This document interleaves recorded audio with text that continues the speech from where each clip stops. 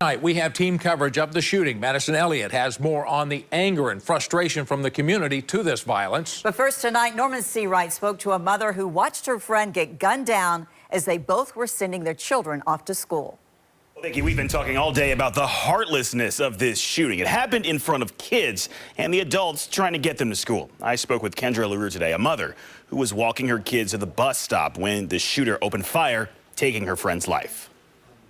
To actually be in the midst of it and actually seeing someone hit the ground that I know is for the first time. Kendra LaRue says she's familiar with gun violence, but never experienced it like this.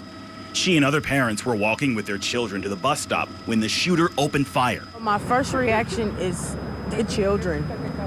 I screamed, I yelled, I made everybody get down. I have children running here, children running to the Y, children running over there right along with my daughter and a couple of her friends that she rides the bus with. And then my second reaction is to the person who's on the ground. LaRue and the victim knew each other well, and she's been haunted since that fatal shooting. Every time I close my eyes, I see her and I hear her breath. I hear her gasping for air. The kids are her greatest worry right now. Their daughters are best friends. Now I don't know how I'm going to explain to my child when she gets home that she's not here anymore. And that bothers me as a parent.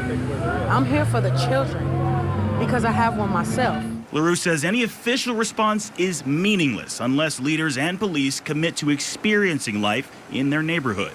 There will never be a full picture if you don't get inside of the heart of the community to figure it out. If you don't do that, you won't know anything. Just get out of your cars, talk to the people, walk around, see the neighborhood, know the people. So that way we can be able to trust you, because as of right now, no one trusts anything that comes out of you guys' mouth. And she says for leaders and families alike, listening to the kids is critical.